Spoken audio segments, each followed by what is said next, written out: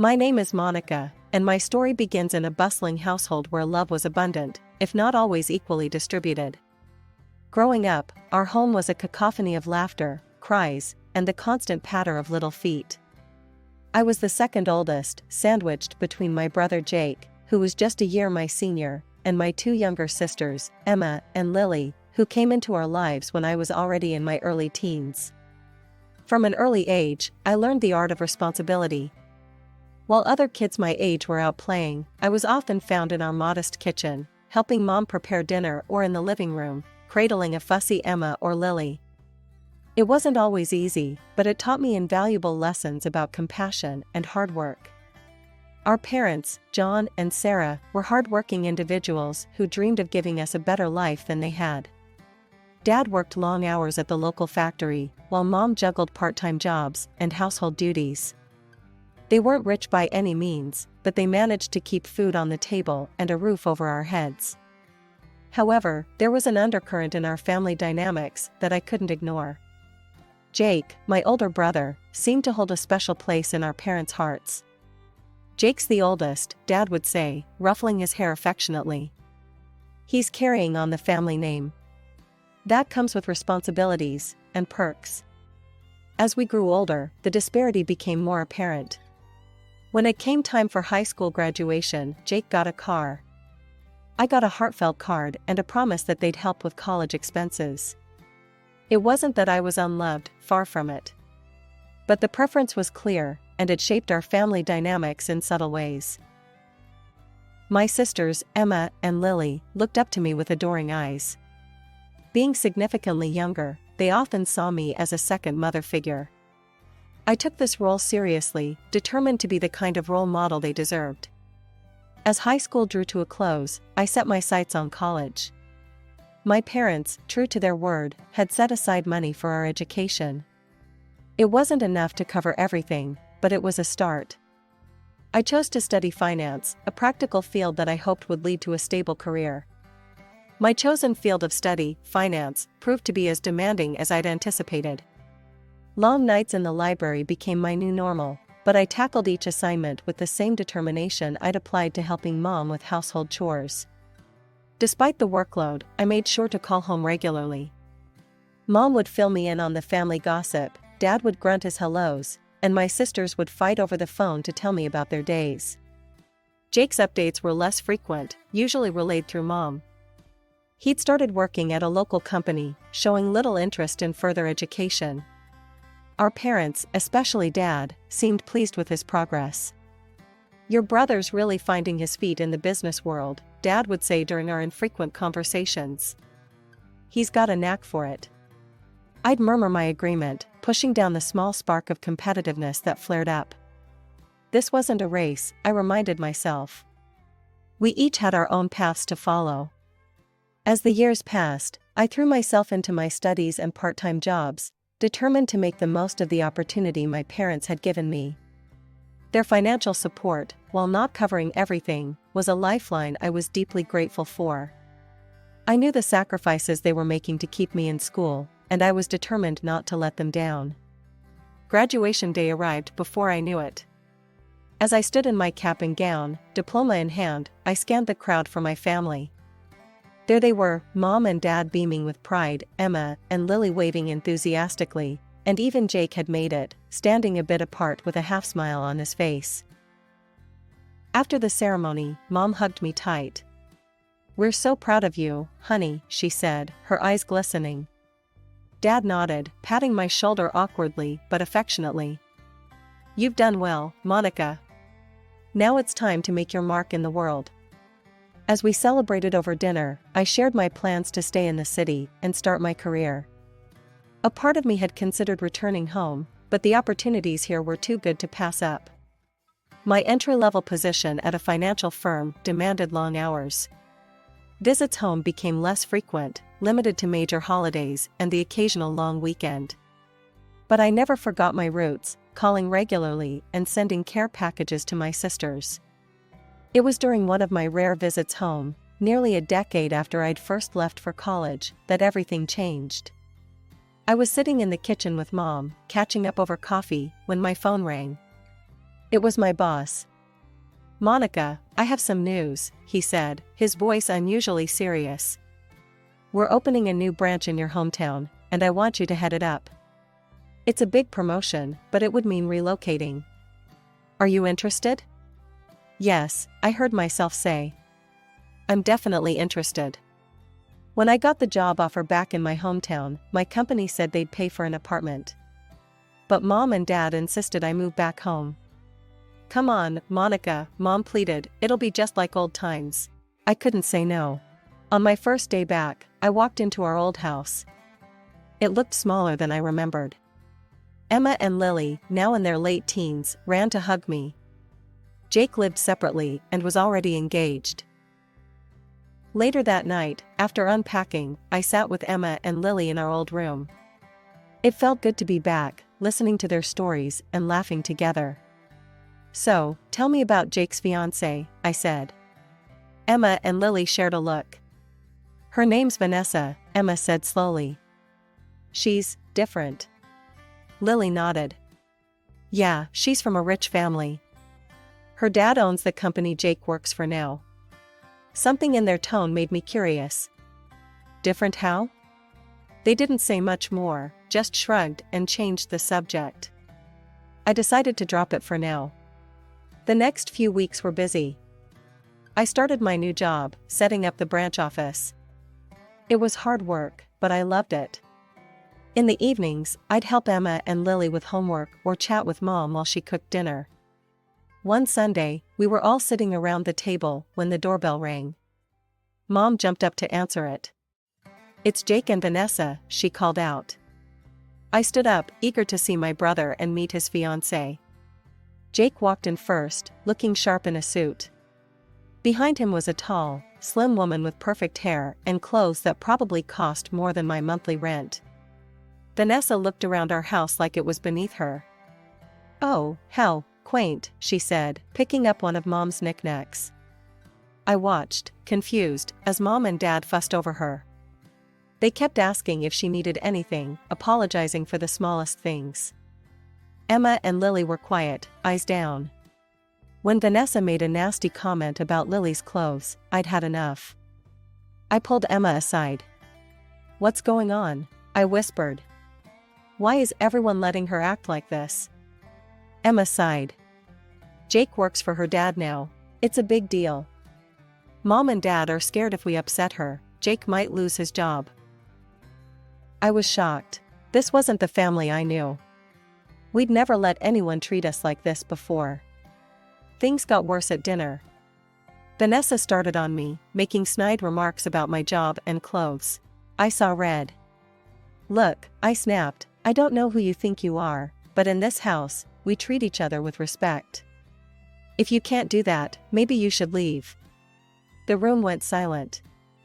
Vanessa's face turned ugly. She stood up, grabbed her purse, and stormed out. Jake followed, looking torn. As soon as they left, Mom and Dad rounded on me. "Monica, how could you?" Mom cried. "You know how important this is for Jake." Dad looked disappointed. "You need to control your temper. This could ruin everything for your brother." I couldn't believe what I was hearing. They kept at it, begging me to apologize, to be the bigger person. Finally, just to shut them up, I agreed to try and make peace with Vanessa. The weeks flew by, and suddenly Jake's wedding was all anyone could talk about. Vanessa took charge, bossing everyone around like she was running a military operation instead of planning a party. She dragged us to endless dress fittings, insisting we buy expensive gowns that matched the venue's aesthetic. When I suggested something more affordable, Vanessa just laughed. "Oh, Monica," she sneered, "we can't have you looking cheap at my wedding, can we?" The bachelorette party was next on her list. Vanessa handed out a minute-by-minute schedule, complete with mandatory activities and outfit changes. It was ridiculous, but Mom kept giving me these pleading looks, so I bit my tongue. Then came the bombshell. Vanessa wanted us to dance at the wedding. Not just a simple waltz, mind you. No, she was planning a full-on performance. "It'll be the highlight of the reception," she gushed. You'll all look so cute. My stomach dropped. I'd hurt my back years ago in a car accident. Dancing wasn't really my thing anymore. But I figured, how bad could it be? Turns out, pretty bad. I showed up at the dance studio, and the choreographer started talking about splits and lifts and all sorts of crazy moves. Vanessa was there, barking orders like a drill sergeant. Come on, ladies, put your backs into it. I pulled out my phone, thinking I'd record it to practice later. But as I watched, I realized there was no way I could do this. It was way too much. Hold on, I said, this is insane. We're not circus performers, Vanessa. I can't do these moves. Vanessa's face turned ugly. What do you mean, you can't? Of course you can. Stop being difficult, Monica. I stood my ground. No, I mean it. I have an old back injury. This kind of dancing isn't possible for me. That's when Vanessa really lost it. She started yelling, throwing around words I won't repeat. Then she hit me with this gem. Fine.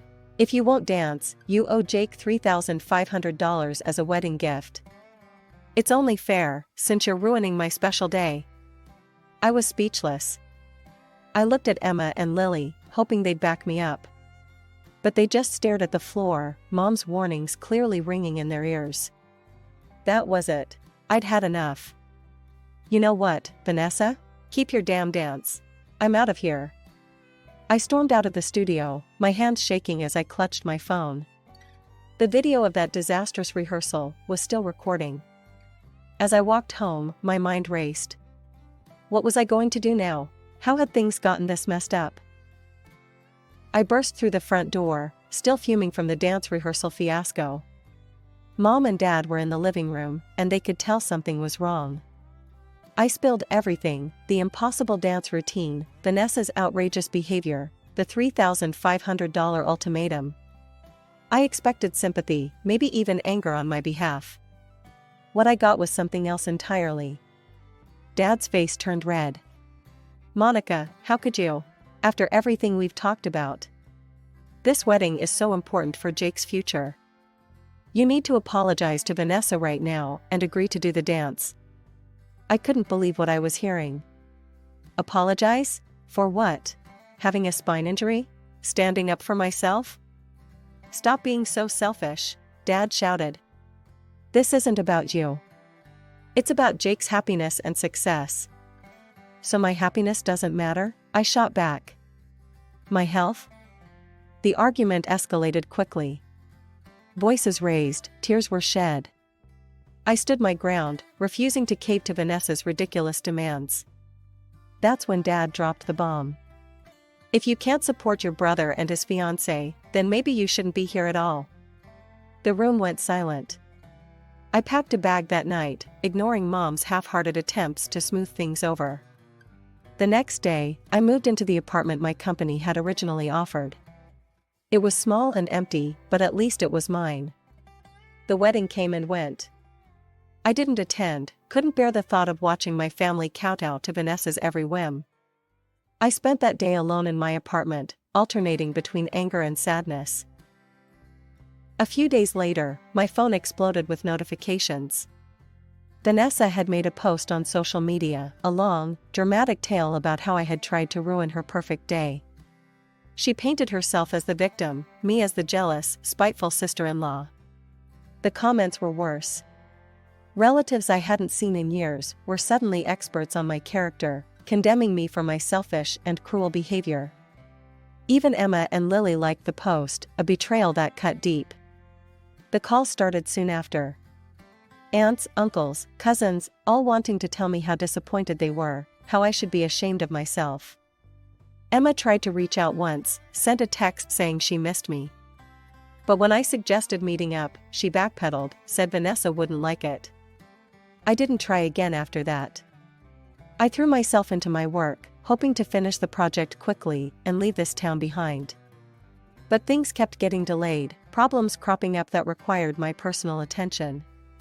Each extension felt like a twist of the knife. Months passed, and I settled into a lonely routine. Work, home, sleep, repeat. I'd almost gotten used to the silence when my phone rang one night. It was Lily. Monica? Her voice was small, trembling. Can we talk? We met at a cafe across town, away from prying eyes. Lily looked terrible, dark circles under her eyes, hair a mess. She burst into tears the moment she saw me. I'm so sorry, Monica, she sobbed. You were right about everything. Slowly, the whole story came out. After the wedding, Vanessa had shown her true colors. She'd been ordering Emma and Lily around like servants, making them clean her house, cook meals, do laundry, all without pay. She says it's our duty as family, Lily said bitterly. And Jake, he just goes along with it. He sees how she treats us, and does nothing. My blood boiled. What about Mom and Dad? Surely they don't approve. Lily's laugh was hollow. They think it's great. Say we're building character and cementing family bonds. It's like they're brainwashed or something. I couldn't believe what I was hearing. This was worse than I'd imagined. I'm so sorry I didn't stand up for you before, Lily whispered. I was scared. We all were. But now, I can't take it anymore. Please, Monica, help us. The next day, I marched over to our parents' house. Mom answered the door, her smile fading when she saw me. Monica, what are you doing here? I pushed past her into the living room. Dad was there, looking up from his newspaper with a frown. We need to talk, I said. About Vanessa. About how she's treating Emma and Lily. Mom's face hardened. I don't know what Lily's been telling you, but... Don't, I cut her off. Don't try to deny it. I know everything. How can you let this happen? They're your daughters. Dad stood up, his voice cold. Now you listen here, Monica. Vanessa is family now. She's given Jake opportunities we could only dream of. If the girls need to pitch in a little, that's a small price to pay. I couldn't believe what I was hearing. A little? She's treating them like slaves. And you're okay with this? You're exaggerating, Mom said weakly. The girls are fine. They're just... Just what, Mom? Just being abused by their sister-in-law while their parents look the other way? Dad's face turned red. That's enough. I won't have you coming in here, stirring up trouble. Vanessa is Jake's wife. She's wealthy, connected. She can give this family a future. If you can't accept that, then maybe you're not really part of this family anymore. The words hit me like a physical blow. I stared at them, these strangers wearing my parents' faces. So that's it? I said quietly. You're choosing money over your own children? Mom wouldn't meet my eyes. Dad just glared. Get out, he said. And don't come back until you're ready to apologize to Vanessa and Jake. I left, my legs shaky, my heart breaking all over again. As I walked away from my childhood home, I realized a hard truth: I couldn't change their minds. They were too far gone, too seduced by the promise of wealth and status. But I couldn't abandon Emma and Lily. Somehow, some way, I had to find a way to help them. To save them from Vanessa, from our parents' willful blindness, and from the fate they seemed determined to accept. That day started like any other. I was preparing for a big meeting, reviewing notes, and straightening my jacket. Then I saw the name on the guest list: Robert Thompson, CEO of Thompson Industries. Vanessa's father. My heart raced. He wouldn't know me, I'd missed the wedding, after all. But I knew him, the man whose money had torn my family apart. The meeting began, all handshakes and forced smiles. Robert didn't give me a second glance. We discussed business, crunched numbers, argued points. Then came the coffee break. I found myself next to Robert, both of us refilling our cups.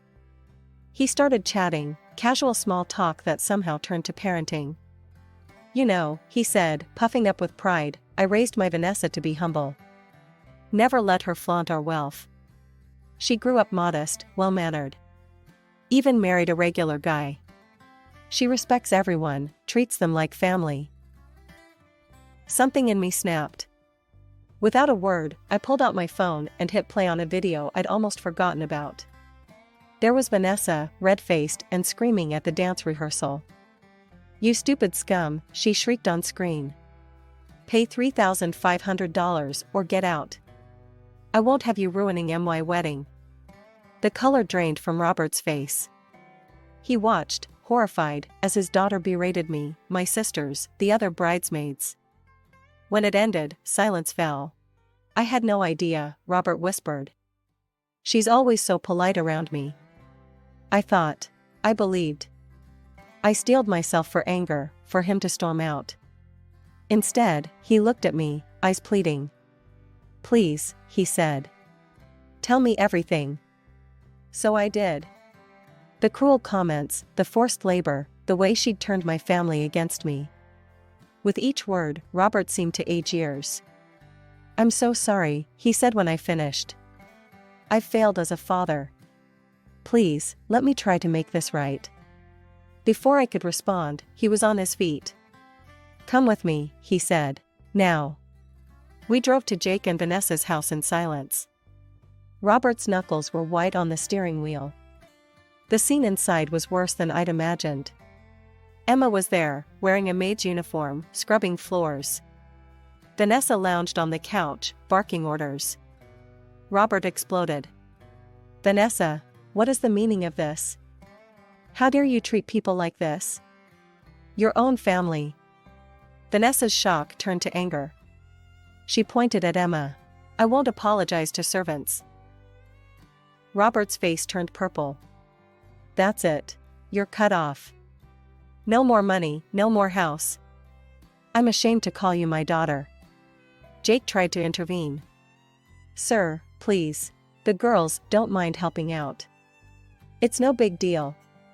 Robert rounded on him. "And you? Letting your wife abuse your sisters? You're fired. Both of you, out of my sight." He turned to me and Emma, his voice softening. "I'm so sorry. For everything. Please, let me help make this right." As we left, Vanessa's shrieks fading behind us, I felt a mix of emotions, relief, vindication, but also sadness. This was a Pyrrhic victory at best. The fallout from Robert's intervention was swift and merciless. Instead of seeing reason, my parents doubled down on their support for Jake and Vanessa. They were furious with me, blaming me for ruining Jake's cushy life.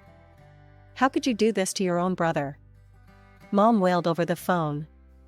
"He had everything, and now it's all gone because of you." Dad was even worse. "You've always been jealous of Jake," he spat. "Well, congratulations. You've destroyed this family. Don't bother coming around anymore. You're not welcome here." Their words hurt, but I wasn't surprised. They'd made their choice long ago, and it wasn't me or my sisters they'd chosen. I threw myself into work, finishing up the project that had kept me in my hometown for so long. The day it was complete, I packed up my apartment and left without looking back. I found a new position in another city, desperate for a fresh start. Months passed. I built a new life, made new friends, tried to forget the family that had rejected me. But I couldn't stop worrying about Emma and Lily. I'd send texts, but the responses were always short, evasive. Then, one rainy night, there was a knock at my door. I opened it to find Emma and Lily, soaked to the bone, suitcases in hand. "Monica," Emma said, her voice breaking. "We need your help." Over cups of hot tea, they told me everything. Jake and Vanessa, broke and jobless, had moved back in with our parents. But instead of humbling them, it had made Vanessa even more tyrannical. "She treats the house like her personal kingdom," Lily explained. "And us? We're just her servants." "Mom and Dad don't do anything," Emma added. "They're so afraid of Jake leaving that they let Vanessa do whatever she wants." My heart broke for them. "Why didn't you tell me sooner?" They exchanged guilty looks.